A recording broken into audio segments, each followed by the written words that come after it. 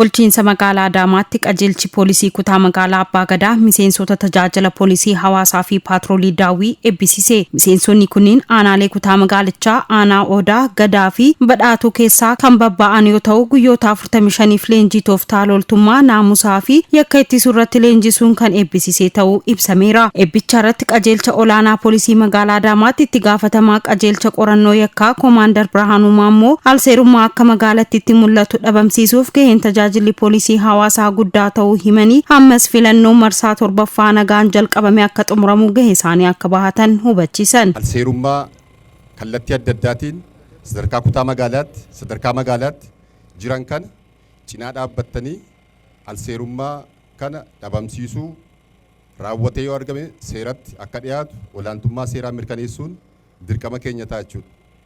Inni biraa fuuldura keenya filannoo marsaan 7ffaan geggeeffamu akka biyyaatti sagantaan bahee guyyaan isaa beekamee hojii guddaan hojjetamaa jira jechuudha. Nurraa kan eegamu isinirraa kan eegamu filannoon kun rakkoo nageenyaa tokko malee sodaa tokko malee hawaasni nagaan bahee nagaan filannoo sana geggeessee akka deebi'u qe'ee isaa bakka hojii isaa ergama nutti kenname kana dachaa fudhannee yaaddoo nageenyaa tokko malee dirqama kana bahuun nurraa eegama jechuudha. Ajajaa qajeelcha poolisii kutaa magaalaa Abbaa Gadaa Koomaandar Tafarii Taaddasaa tajaajilli poolisii hawaasaa qaamolee nageenyaa biroo cinaatti dhaabbachuun nageenya hawaasaa kan kabachiisaa jiru ta'uu dubbatan. Tajaajila poolisii hawaasaa jechuun poolisiin hawaasa ta'ee hawaasi poolisii ta'ee gama poolisiitiin hanqinoota jiranii fi qaawwa jiran illee humna poolisii ta'uudhaan deeggaraa poolisii ta'uudhaan kan isaan hojjetanii fi dhalabsiinsaas kan lafa kaa'ee jiru. Kanarraa ka'ee erga hundeeffamanii kaasanii keessumaa magaalaa Adaamaa keessatti tajaajilli poolisii hawaasaa kun yeroo dheeraadhaaf muuxannoolee akka biyyoolessaatti kan irraa fudhatamaa turedha.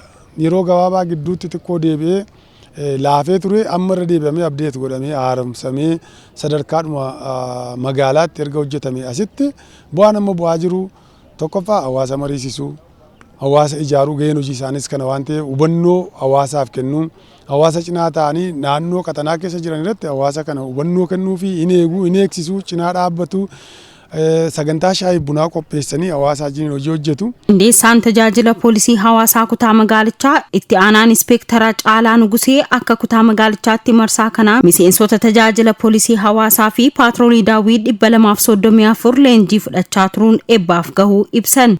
Tajaajilli poolisii hawaasaa kun dursa mukkuma jedhu reefu kaasee uummata keessaa filatamee kan uummata tajaajiluudha. Aanaa 3 qabna. Aanaa 3 kana keessatti tajaajilli poolisii hawaasaa nama 21 kutaa magaalaa yookaan akka kutaa magaalaatti nama 7 jira. Waliigala zooniiwwan 30 qabna. Zooniiwwan 30 kana ol qabsee tajaajilli poolisii hawaasaa nama 238 arra kan eebbaaf ga'e tajaajilli poolisii hawaasaa 234 namoonni 4 rakkoo hawaasummaatiin yookaan immoo hojii kana keessatti kan dabarre ta'uu isaati harcaateedhaan kan uumame nama 4 guutuun guutuutti leenjisuu jechuun dandeenya nama 4 alatti tajaajilli poolisii hawaasaa kun gosoota adda addaa leenjii gosa adda addaa kan laanneef ta'uu isaati. Miseensonni tajaajila poolisii hawaasaa eebbifaman gama isaaniitiin ergamaaf dirqama uummataan kennameef galmaan gahuuf leenjiin kun murteessaa ta'uu himanii bara kana filannoo marsaa 7ffaa waan jiruuf kana milkeessuuf gahee isaanii kan bahatan ta'uu dubbatan. Leenjiin keenya haala gaariitti sammuunis qaamaanis amma erga leenjii kana jalqabne hundumtuu amma fayyummaafuu gaariidha jenneet itti abdanneet hojjannaa. Tarii immoo amma achi akkuma leenjifne kanatti uummanni keenya akka nagaaf bahee akka galu hirmaannaa guddaadhaan ganda keenya hin eegganneedhe abdii guddaa qaba. Leenjiin keenya bareeda.